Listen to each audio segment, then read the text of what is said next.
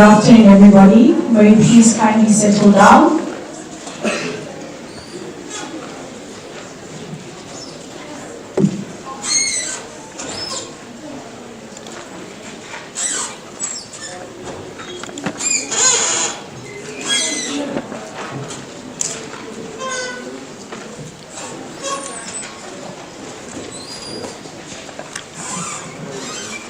Good afternoon, ladies and gentlemen, and those who do not identify.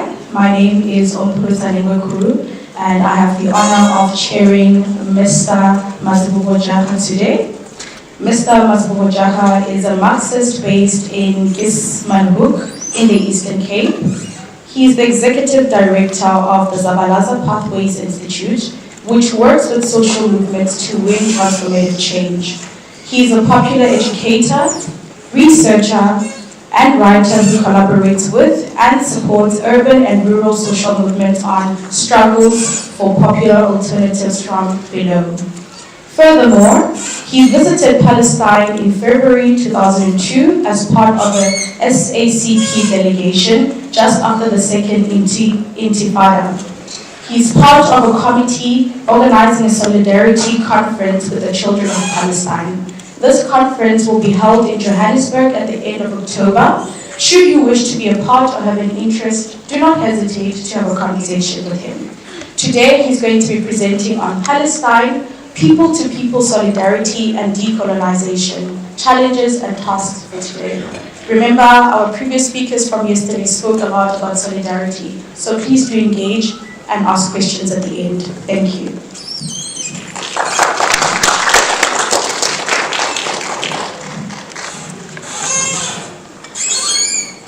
Thank you, Mpuruza. I hope I got your name right.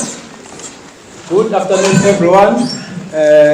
Thanks to the department for inviting this expired communist to spend some time thinking through some of these questions. A lot has been said yesterday. I hope I don't repeat, but resonate. How does it move?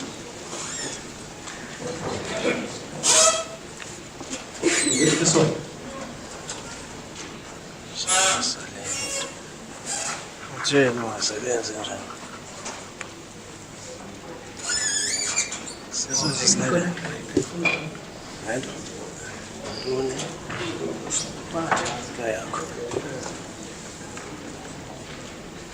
I think freeze. Oh, there she solved it. That's one. Thank you. So the Land Act of 1913 gives us this makeup of South Africa. As you can see, the black spots is what eventually became the homelands, the Bantustans. What you don't see are other black spots, that is those areas which were still in what was called white South Africa. So for example, a region between East London and the Kai River, which is the beginning of the Transkei, had several farms which were owned by black people, which remained in what was supposed to be white South Africa. Even in this stretch from the Fish River to the Gamtoos, there were some black spots. So later on, the apartheid regime cleared black spots. In fact, you can see the black spots between what became the Ciskei and the Transkei. This is an important part of the story of Palestine, how basically indigenous peoples get moved off the land and get cleared off the land. I hope the connection can be made with what is happening in Palestine. In fact, a map of this kind can be drawn for any country that was colonized in Asia, in Australia, in South America, and in Africa, and in North America too. Later on, those black spots get consolidated into these homelands. When we look at this, we can begin to see the meaning of the Balkanization of a country, which is what is also what is happening also has happened, in fact, in Palestine. Now, I brought this map out because what it shows you is what happened between 1960 and 1980, when those black spots were really cleared. Those red lines show the movement, the forced movements of 3 million people between 1960 and 1980 from the former white areas being forced into the Bantustans. This is an experience we know. This is latter day colonialism. This is not the early wave of colonialism from 1652 to 1910. This is post-1910. But it speaks to a longer-term process, which basically is what Palestinians are going through. So when we talk about colonialism, we must talk about it as people who actually have a direct experience and still are living the legacy of what colonialism is about. We've seen these maps from early on, what the partition did in 1947, and the last map I have here is 2020. Basically, the forcible removal of indigenous peoples into lesser and lesser pieces of land. So this is a key feature of what colonialism is about. This is a key feature which we share with Palestine, but many other countries too share with it. If we want to think about colonialism, we must not forget that it was just about race. We must also remember that it was a key moment in the development of modern day capitalism. Without colonialism, without systems of cheap labor, modern capitalism would not have been possible. Whatever your economics lecturers tell you about competition and free markets, you must always remind them about how capitalism depended on both colonialism and systems of cheap labor. What it does is to capture land and natural resources. In the case of Palestine, it even goes to the extent of capturing water, excluding Palestinians from water. It destroys systems of governance, self-governance. It destroys self-identity, destroys cultures, languages, socio-economic systems. Ways of life that way no longer become recognizable, no longer become possible. It's centered on genocide, on war, and social death. When that Xhosa warrior, Makoma, had to refuse Christianity at Robben Island, it was a moment of him defying and actually refusing to die socially. You can imagine how many times Palestinian families have to actually resist their social death over the decades. It's also based on ideologies of racial superiority.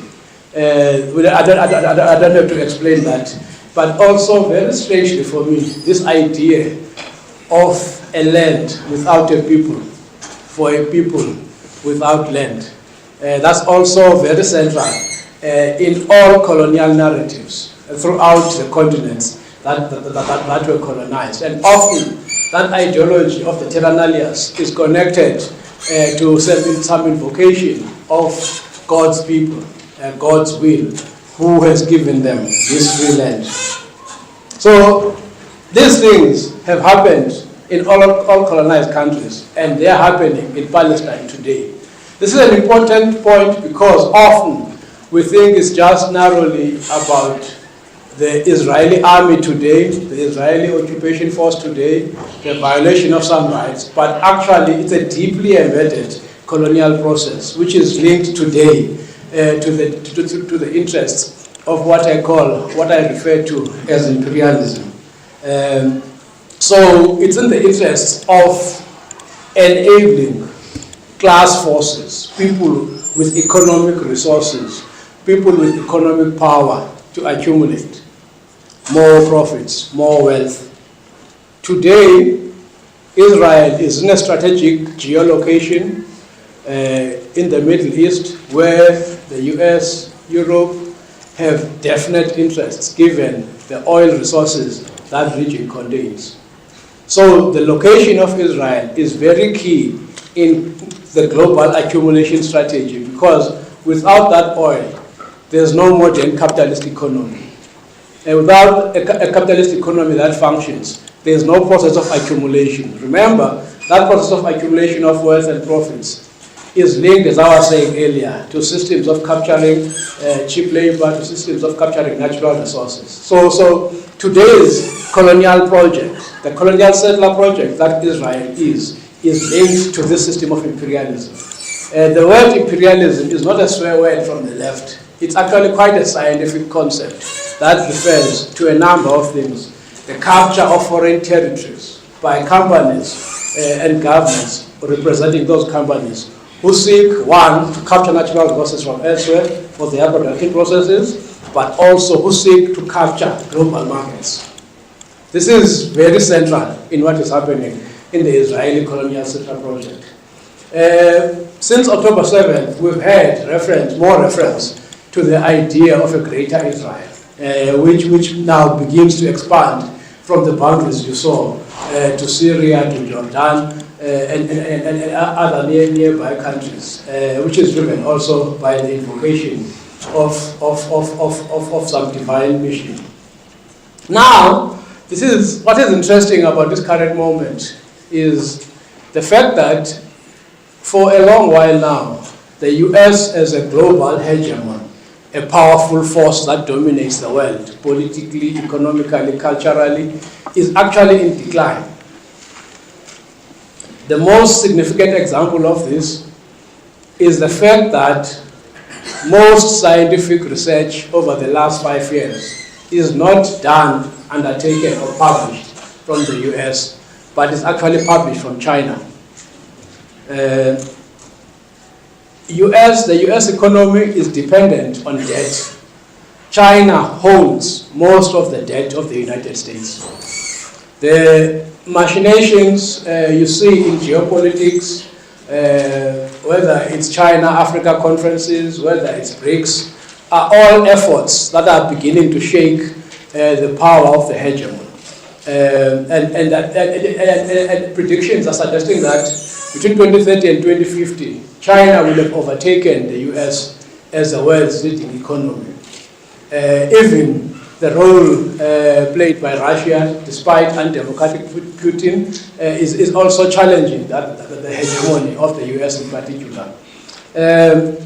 Giovanni Arrighi is a late political economist, had also made a similar point about the rise of the financial muscle of countries like Brazil, Argentina, South Africa, and India, as actually creating room and space for lesser dependence on financial flows from the US and Europe. So clearly, there is a pattern, there is a trend that confirms how the US as a hegemon is in decline. Now, this raises crucial questions for the continued power of Israel. Remember, a significant portion of the Israeli budget, not just military, but health, agricultural production, and other components which are supported by the Israeli fiscus, are actually financed by the US budget.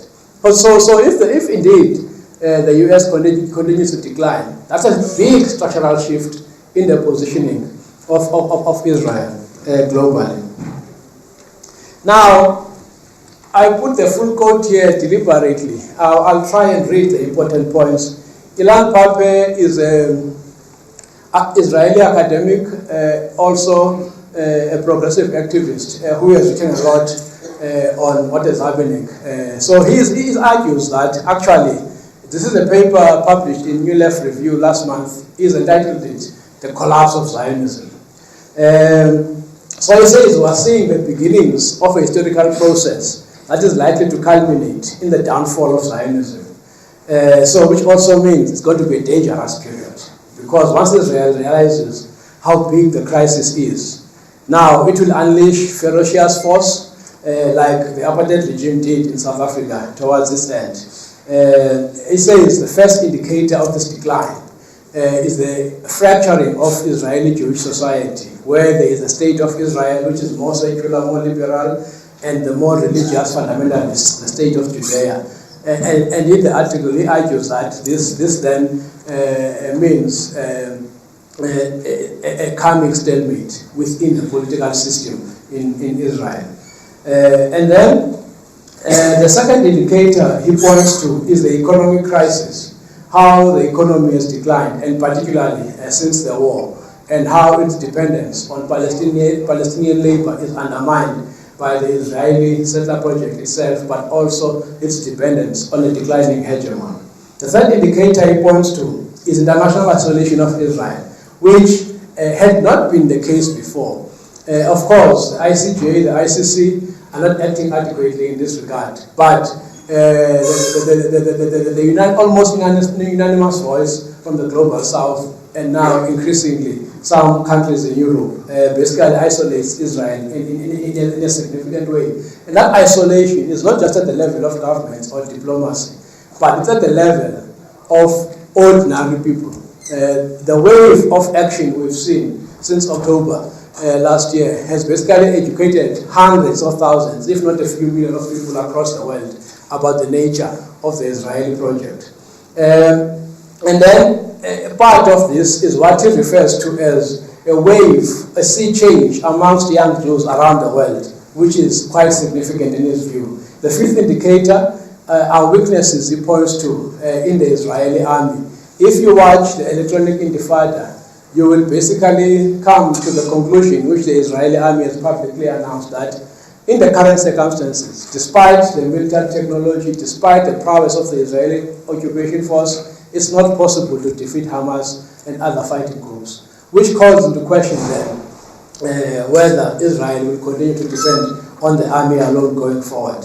And then the final indicator he points to is renewed political work amongst the young people of Palestine, given the massive and long-standing colonial project they've suffered under. So it's an interesting argument. Of course, it can be debated one way or the other. But what is important about this argument is to remember that no political system, no empire, no system of rule can last forever.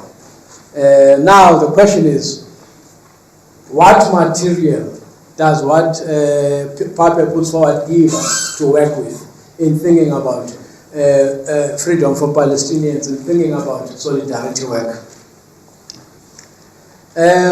Now, it's a bit early in the Israeli context, in the Palestinian context, to talk about decolonization. But still, we have to ask the question, what would it look like in Palestine? The reason I ask this is because the state of Israel is quite prepared to wipe out Palestine. But at the same time, there's resistance. At the same time, there's a significant refugee population in the Middle East, but also elsewhere in the diaspora. If my assumption is correct that no oppressive state can last forever, there would come a moment that the colonial settler project will collapse. What would decolonization look like in Palestine? I don't have an answer to that. Now, when it comes to solidarity, which I think is an important part of our work as South Africans, I think what we have to remember is that solidarity is not about charity. Solidarity is actually about the same aim, being prosecuted on different fronts, on different terrains across the world. Justice, peace, social progress. Every human being in the world deserves that. And I think it's a common duty of all that we all support each other to achieve those three basic things. This quote that Samora Machel put forward in a speech in the 70s captures this idea of solidarity being a common project of the same forces fighting for the same goals in different parts of the world. So, to interpret what Machel is saying in that quote, I put forward one, that solidarity actually is also about us. It's not support for people out there. In the Communist Party, when Thabo Mbeki was trying to mediate between the contending forces in Zimbabwe, the ZANU-PF and the MDC, part of the disagreement we had with him was democratic values matter. You cannot sacrifice them because you have to babysit Mugabe against the population of Zimbabwe, which was rising up against him. So the violation of rights, we have to be firm and be principled. So, because if we sacrifice it in Zimbabwe, what does it mean for us down the line when the ANC ultimately loses power? That's why then the Communist Party phrased the term, the Zadification of the ANC, which Mbeki didn't like. So solidarity in the context of Palestine is also about the kind of values we want to see in our own country. So this is very crucial. But also, from a broader decolonial perspective, the reason Africa and other formerly colonized countries have not achieved social progress is partly because they have not fully decolonized. So actually, to support Palestine, stand solidarity with Palestine is a reminder to ourselves about the incomplete project of decolonization in our own countries. What is even more important following our elections last month, 2 months ago, whenever they were, is the rise of conservative forces and discourses in our country, which clearly have taken a position against Palestine, but also the logic of their politics is against human-to-human solidarity.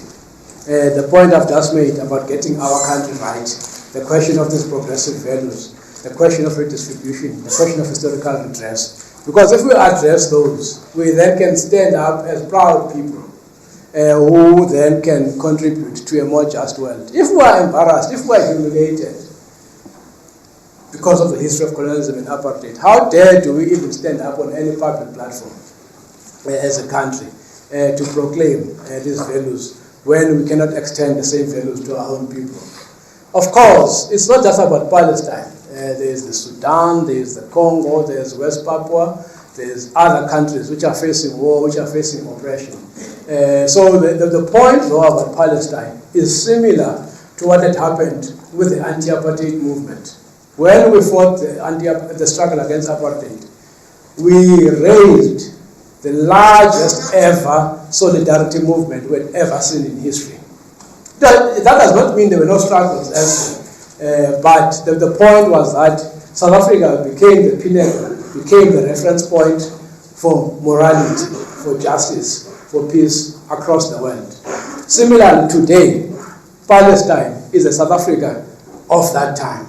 The global anti-apartheid movement, which got launched in May in Johannesburg in solidarity with Palestine, should grow into something as big as the anti-apartheid movement, which was part of defeating apartheid. But also solidarity, given the audience of students, is about bringing significant new layers of young people into solidarity work and political action. This is very important because the rise of conservative discourses has also confined our horizons. We've become more parochial, we've become less cosmopolitan. And this is very important for a country if we are good to connect with the region, if we are to connect with the world. So the importance of bringing many new layers of young people into solidarity work and into political action is important for the kind of values we espouse going forward. There are a number of things which I would like to mention as I close. As I've already mentioned, the launch of the global anti-apartheid movement in May, at the end of May in Johannesburg. How many people are aware that there was such an event in Johannesburg at the end of May? I just want to see hands. Please let me see. Okay, I'm not surprised. So this points to something else. The power of the media and the task we have.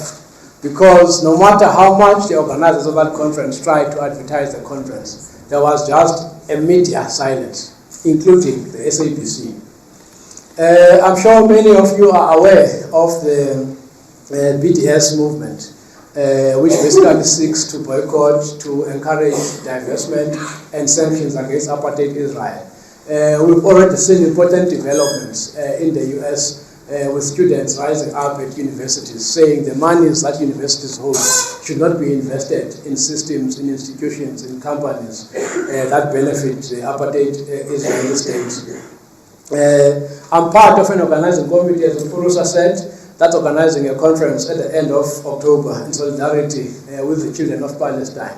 One of the things we hope can come out from that conference is a campaign where we reach even to the youngest kid at primary school, collecting a pencil, collecting a pen, collecting stationery, collecting books for the children of Palestine, given what has happened to the education system in Palestine. Of course, we still have to solve the practical question of how to get them over the border, given what the Israeli system is doing to close off access to aid.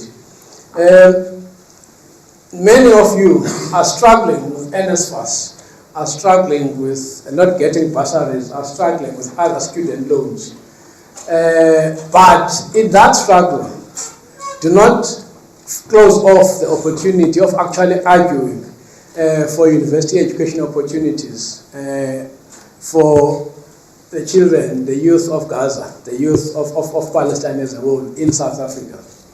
When Nigeria, Zimbabwe, Zambia, Tanzania, and other African countries gave us that support, they were even lesser developed than black townships in South Africa under apartheid. And yet, they opened the door, made it possible for Thabo Mbeki to get a master's degree and thousands of others to get working opportunities and to get education in their country systems.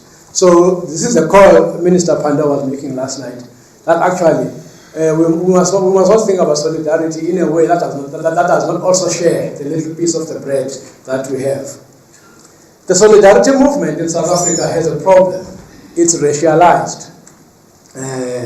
So you don't see people from Tanzania, from Mutu, from the townships being at the head of the solidarity movement.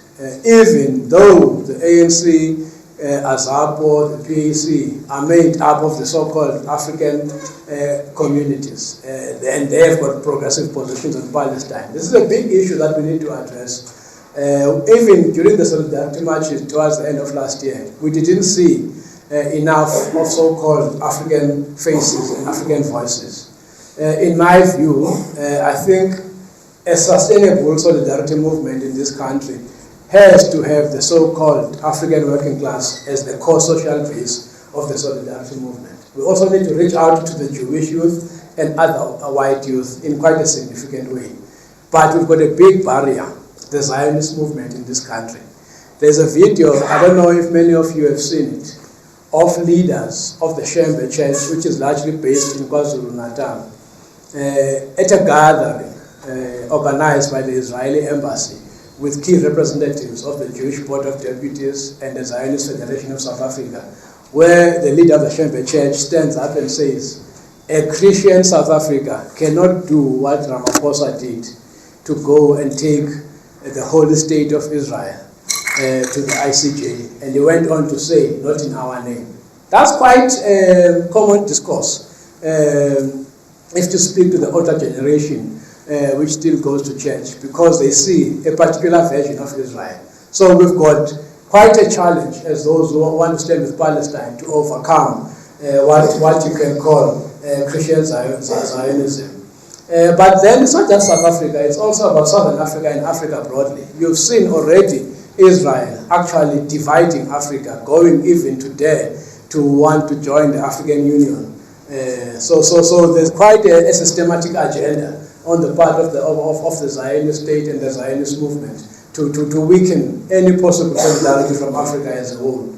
The most complicating factor for us is going to be what happens in this coalition government of the ANC and the DA. The ANC is punch drunk.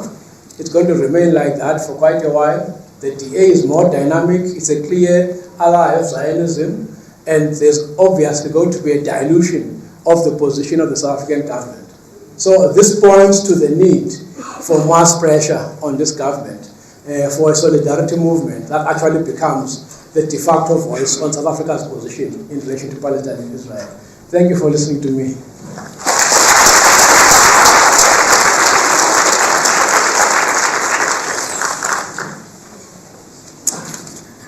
Thank you very much, Mr. Jara. But before we open for the question and discussion session, I would like to invite Dr. Zabalaza, who currently has a student that is a Palestinian and is based in Gaza. So this would be a very interesting take, you know, how the student has been feeling and what the experience has been.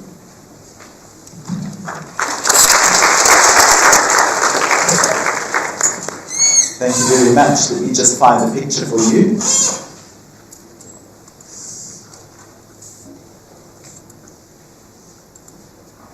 So yes, when we're talking about people-to-people solidarity, one of our own, a member of the Rhodes University community, is currently stranded in Gaza with his family. His name is Mohammed Al-Shamat. Mohammed is my PhD student. So that's him on the right. In the middle is his 13-year-old son, whose leg was injured in December while he was running for his life. He is now unable to walk. He was examined in April by the man on the left, Dr. Samir Attar, who is an American orthopedic surgeon, and he said that he could walk again by December if he continues with some physiotherapy exercises. I don't want to impose too much of my voice, so I asked Mohammed what he would like me to say to you today. And he gave me a blank check, but this is what he said in the rest of his message. The situation is beyond description. Northern Gaza has gone back to the Stone Age. Starvation is worsening every day, and desperation is driving us to eat unimaginable things. Food has not been allowed into northern Gaza for more than 70 consecutive days. Everything has run out. We are dying slowly. Sewage, flies, and contaminated food and water are also killing us. Diseases are spreading quickly. Every day we lose new relatives, friends, and neighbors. I don't know what to do or how to deal with my children.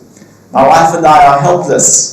I am unwell at the moment. Last week I had a swollen foot and a high fever that put me in bed for 4 days. Yesterday I woke up with a flu and a high fever again. Doctors say that my immune system is so weak because of malnutrition. My daughter Sarah keeps feeling dizzy and crashes into things. Pray for us, please. Now, we've written articles about Mohammed in the Mail and Guardian and in the New York Times. After I wrote about him in the Mail and Guardian last year, he wrote, "Thank you so much for your article. I wish you had written that despite everything that's been inflicted on Mohammed and his family, he has nothing against the Israelis but love." And that last word was in capital letters. There are at least two ways that we as Rhodes University students and staff can help to express people-to-people solidarity with Mohammed. Firstly, we can donate money to him and his family for food and to help them with daily survival in the famine in northern Gaza. I've set up a fund for Mohammed and I'm happy to share the banking details with anyone who would like to donate. We're making monthly bulk transfers to his bank account to avoid unnecessary bank charges. If you don't have the financial means to give though, you can send me a message of encouragement and I'll be more than willing to relay it to him via WhatsApp. Our messages of hope really mean the world to his family as they go through a very dark time of suffering. So if you would like to show your solidarity with Mohammed in either of these ways, please email me. There's my address over there. And I'm in the linguistics department at Rhodes University, so you can look it up if your pen's not quick enough now. And I'll happily relay your donations and messages of encouragement to him. Thanks very much.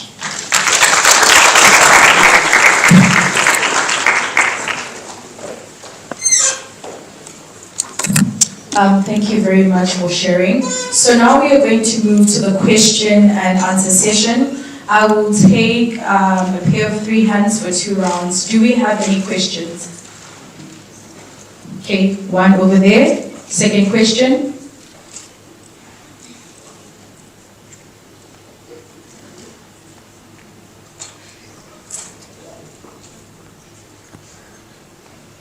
Okay, for now, I'll take the first question. So may I ask,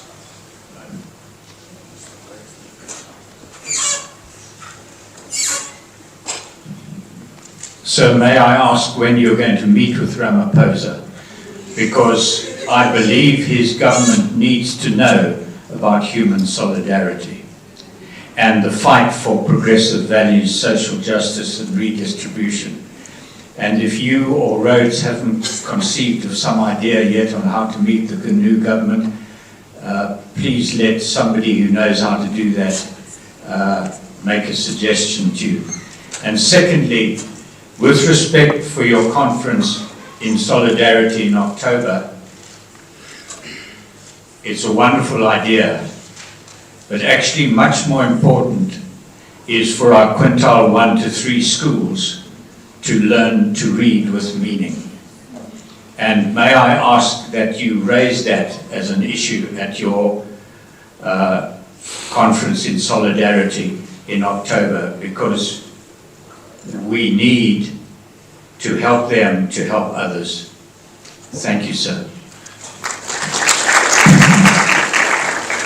Do you have any other question? Thank you so much, Mazibuko. I just want to ask a question about how a young person whose family is perhaps goes to Shembe or another church, how does a young person untangle the distinction between Zionism and Christianity? And maybe I'm putting it clumsily. I think it's Cornel West who once made a comment that the strange thing about the kind of fundamentalist Christian support in the US anyways is the reality that while these Christians are supporting Israel, they don't really believe that the Israelis will go to heaven. So there's something very weird there. So they're a vehicle to heaven, right? But it's quite complex. I'm putting it crudely. But I'm just trying to think if part of what is at the heart of what needs to happen is the changing of the minds. How does one do that in terms of their own families, of their own communities, especially with things like religion? Thank you. Last hand. Perfect. Are you able to project?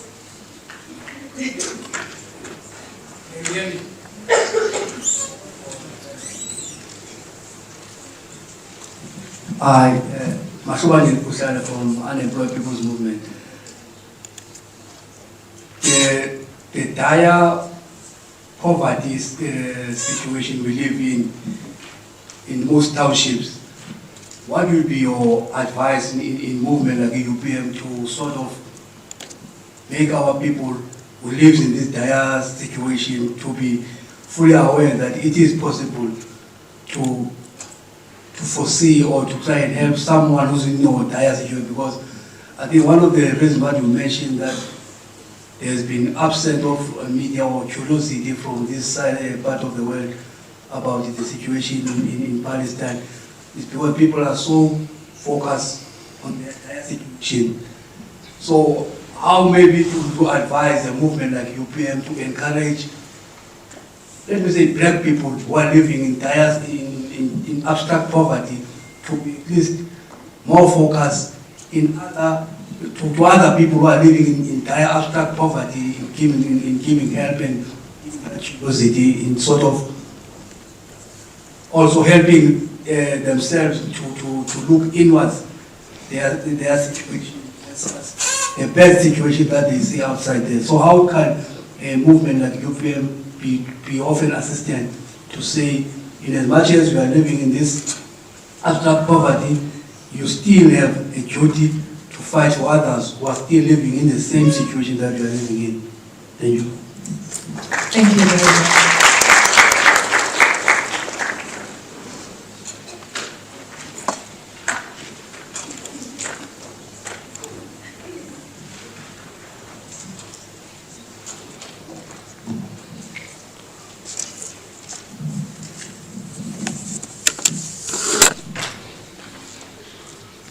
Thanks very much for the questions. Meeting Ram. Look, we've got a good minister in Ronald Lamula and a good DG in Zain Dango. And that's our main axis of action. We are engaging them on this conference, but also the idea of the conference is to go beyond the actual event into contributing to a sustained wave of action, such as Pens for Palestine. There's a strong group in Lenasia of school teachers who are actually already quite advanced in this regard. And a lot of what they do is going to require access to Minister Lamula and DG Dango. We're also connecting with Gift of the Givers, given their access and their humanitarian work. I like the point you're making about the ability to read, reading with meaning. One of the things that Israel has destroyed is the fact that Palestine had the highest number in Middle East I forget the exact phrase, but basically the quality of education produced the highest number of graduates in the Middle East despite those conditions.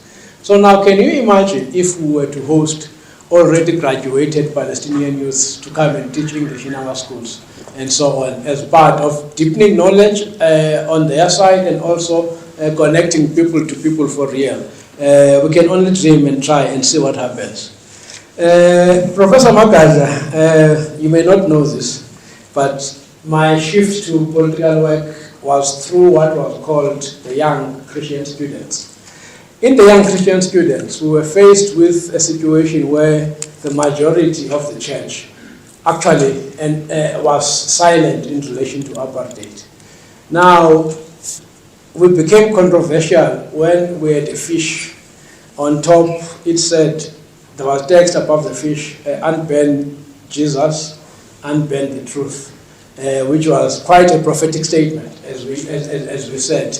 And I think it's time to go back to what the Council of Churches, led by Bishop Tutu in '86, had issued out as the Kairos document. Because the Kairos document was a prophetic statement that said apartheid was a sin, that even affirmed the right to the armed struggle and put forward a prophetic vision of what the future South Africa could look like. There's work that the church must do around a new Kairos for Palestine.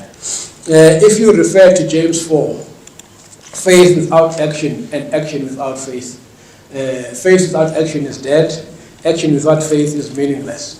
So what does faith mean today for any believer? And can that faith tolerate such injustices? Do you stand by and not act because you have a particular vision of Israel? These are things that the church must grapple with. But this must be connected to the universal values across all religions, across all beliefs: love, compassion, peace, and justice. What was also useful back in our YCS days was a method we called see, judge, and act. The Bible, the word of the Lord, calls us to do that. We cannot just see and not make a value judgment and then not act.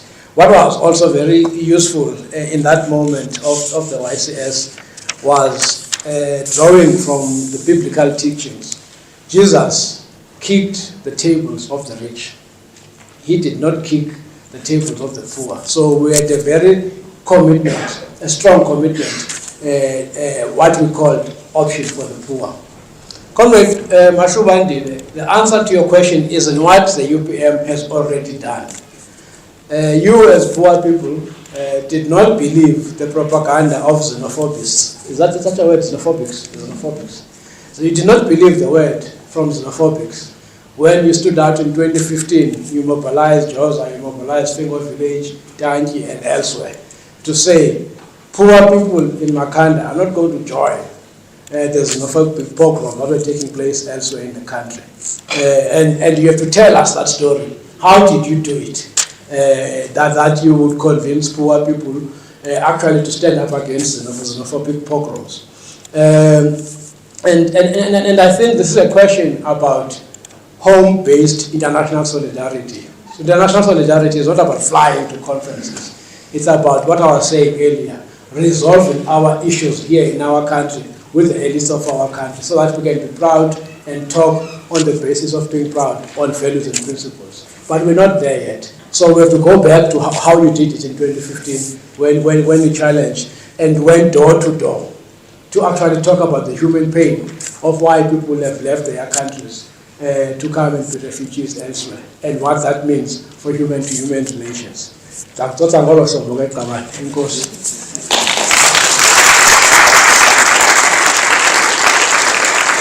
We have about 10 minutes left, so we can go for another round of questions. Do we have questions for this round?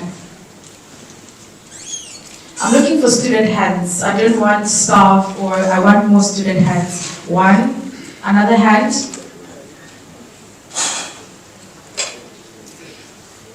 At the top, another hand. Okay, I'll still a moment and put my question then. Sorry if I'm repeating the question, but yeah, mine is how does South Africa aim to achieve solidarity or to stand with Palestine when they can't do the same thing, or they can't tolerate Zimbabweans, their neighbor? It's a neighboring country, and yet they say Zimbabweans should go back to their country, and I think they've passed laws already where they say they can't renew permits for Zimbabweans to stay. So how do South Africans aim to do that when they can't handle their own homeland? Before I phrase my question, I'm giving it one more chance. Is there a hand with a burning question? Oh, perfect. Are you able to project?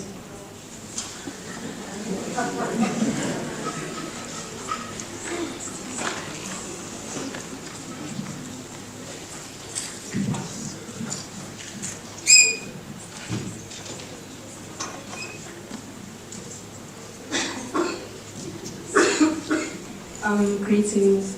I just wanted to ask, is it not possible for that, like for example, close to the road to democracy, it happened that sanctions were imposed, the labor movement, they put extreme pressure on the National Party for there to be reforms in South Africa, right?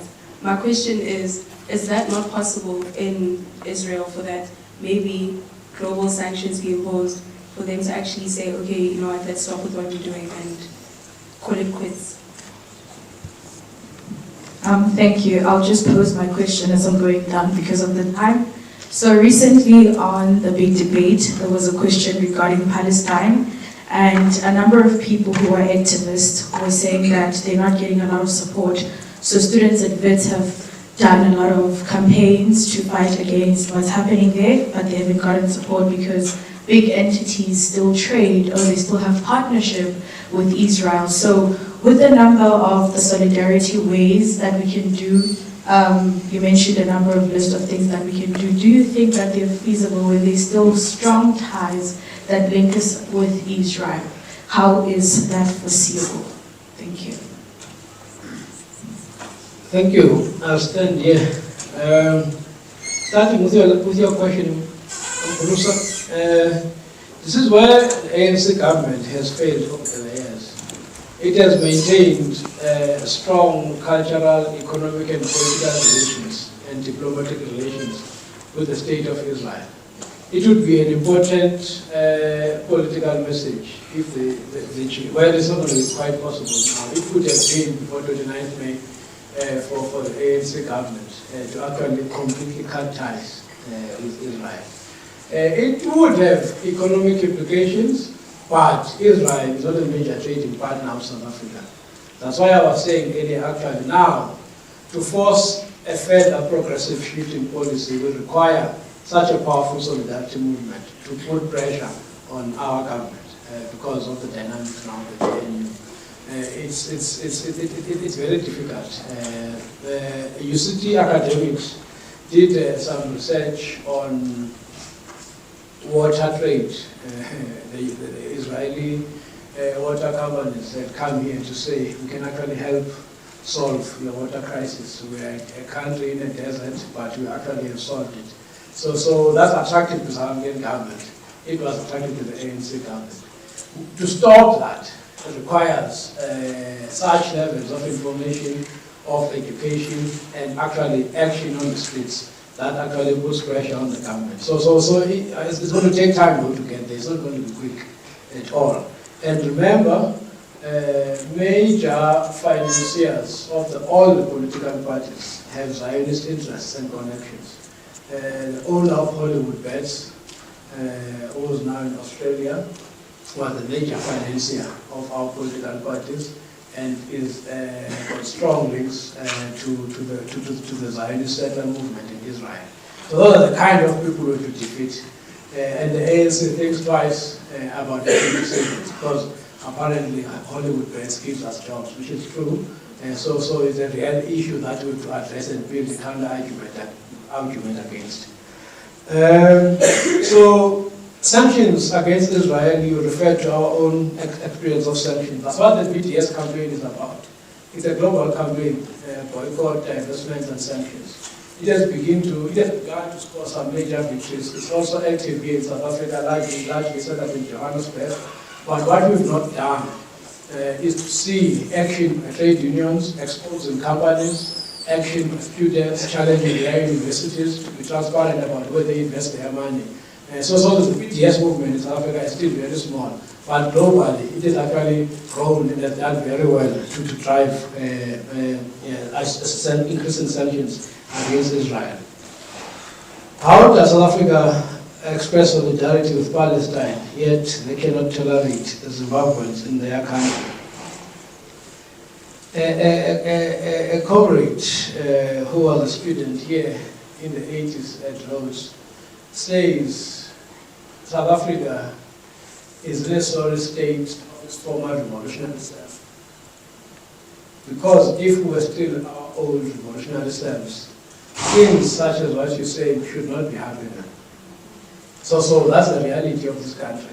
When I made the point about the rise of conservative discourses, what you are saying is an example of how we've allowed the rise of such discourses. But we're a country full of contradictions. One moment we proclaim to lead Africa, 2010 World Cup, the AU, and then on the other hand we violate our very African selves. This kind of trauma that we're suffering as a society is still going to be around, and it is going to require political work to undo. So, for example, movements such as Kopanang Africa Against Xenophobia, which is South Africans, largely based in Gauteng, who are actually doing door-to-door work, such as the UPMTs, to work with working class communities on this issue, on the basis of saying, actually, let's turn our Imikonto away from our fellow Africans to the capitalists who exploit us and the government that fails us. That's the kind of political work that we have to do. Important here is also the work trade unions are doing. So SARTU, SAF2 have got very progressive resolutions on fighting xenophobia. Of course, the contradiction they face is that in the face of their members, in the understanding of their members, there's competition for work. Whether those workers think about it, or whether consultants have to go further to implement their resolution is something else. Having said that, none of this should mean we then do not take the political responsibility of solidarity work. Whether it's with Swaziland, whether it is with Palestine, whether it is with any other oppressed people in the country. So, you may not know this, but for the longest period, the democratic movement in Zimbabwe relied for support on the South African trade union movement. So if we draw from those experiences, as within Zimbabwe, when he was leader of COSATU, according to the Zimbabwean police, was invited out of Zimbabwe when he was on solidarity mission in Zimbabwe. We have now forgotten those. That's why this comment is correct to say we're in the state of our former revolutionary selves. That kind of work then requires so many more people to really move into political action and address those attitudes through concrete political work on the ground. Thank you.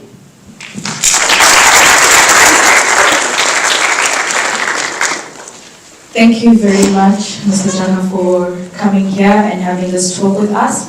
But before I end, I just want to remind everybody that the teach-in is until Thursday. So we still have a session tomorrow as well as Thursday. Same time, same place. Please do tell your friends to tell their friends that there's something happening here at 1 o'clock in Barrow 2. Thank you very much, everybody, for joining us. For myself, very cool. Sorry, wait, guys. Before you go, I want you to witness this. I have a gift for Jara.